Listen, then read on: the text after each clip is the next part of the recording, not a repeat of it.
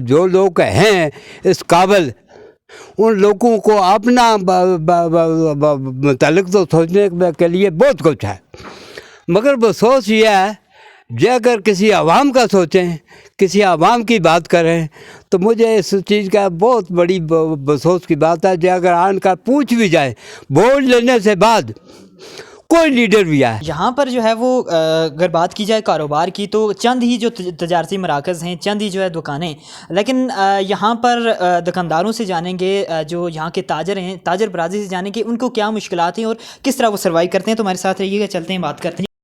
अस्सलाम वालेकुम। सर मुझे सबसे पहले तो ये बताएं कि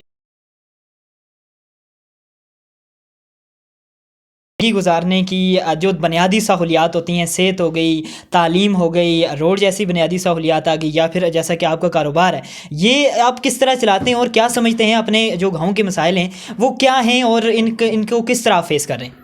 यार असल में बात यह है कि यहाँ मसाइल बहुत ज़्यादा है ना, क्योंकि यहाँ पहाड़ी इलाका है, रोड बहुत जो है ना वो ख़राब है, तो इस वजह से यहाँ महंगाई बहुत ज़्यादा है ना। लोगों को जाहिर सी बात है किराया बहुत ज़्यादा है, मसला 8-9-10 हज़ार रुपये लेता है। इतनी पैसे हमारे पास नहीं होते कि एक मसले के लिए, तो हम यहाँ कारोबार जो होता है वो आधार पे होता है, तो इसलिए रोड के मसाइल बहुत हैं यहाँ पे। रोड बिल्कुल खस्ता हाल है यहाँ पे। हमारे चौधरी रशीद साहब इधर मिनिस्टर हैं, तो हम उनसे गुजारिश करेंगे कि कोई हमारे ये मेन रोड है इसकी तरफ तवज्जो दी जाए, क्योंकि हमें चौधरी रशीद साहब पे बहुत उम्मीद थी कि वो हमारी रोड को जो है ना वो सही करेंगे, लेकिन अभी तक तो कुछ नहीं किया। उम्मीद तो रिश्ता जो है वो कई अरसा से वो असेंबली में 4-5 वज़ारतें ले चुके हैं। नहीं, काफ़ी अरसा से वो हैं हुकूमत में, लेकिन पता नहीं क्यों नहीं कर रहे। अच्छा, मुझे ये बताएं कि जैसा कि रोड की बात हुई तो दूसरी बुनियादी सहूलियात हो गई, तालीम हो गई, बच्चों की यहाँ पर स्कूल नहीं है, बच्चियों का स्कूल नहीं है, कोई सरकारी किसी शख्स को अगर बुखार हो जाता है तो उसको सुना है कि गोली तक मैसर नहीं होती।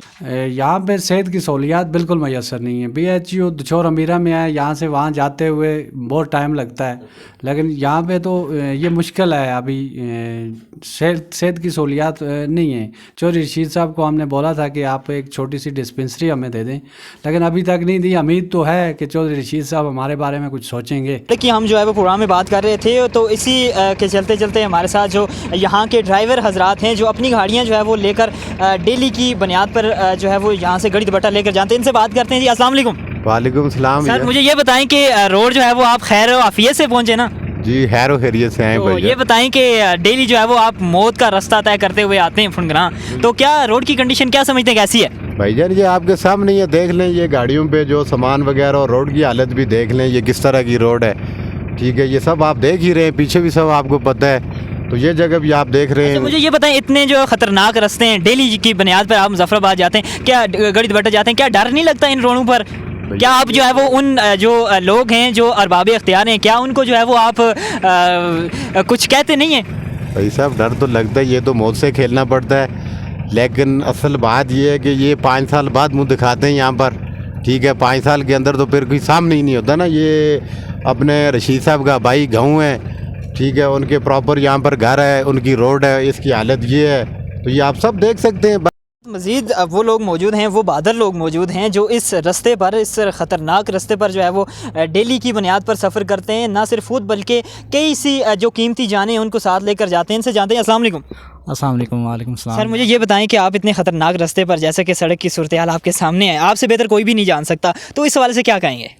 इस हवाले से ये कहेंगे कि ये हमारे जो हुकूमत है या बाकी ये जो लोग हैं, हम अपने तहत इस रोड को कितनी दफ़ा बना चुके हैं। ये ज़ियारत के पास है, ये नज़र आ रही है, आप उसको जो है देख सकते हैं। तो इसकी सूरत हाल ये है कि यहाँ हम डेली तकरीबन गाड़ियों पे इतना खर्चा करके यहाँ तक लाते हैं। यहाँ से इतना ख़र्चा हमारा जो है काम गाड़ी इतना उस वक़्त नहीं निकालती जब हम मुजफ्फराबाद जाते हैं।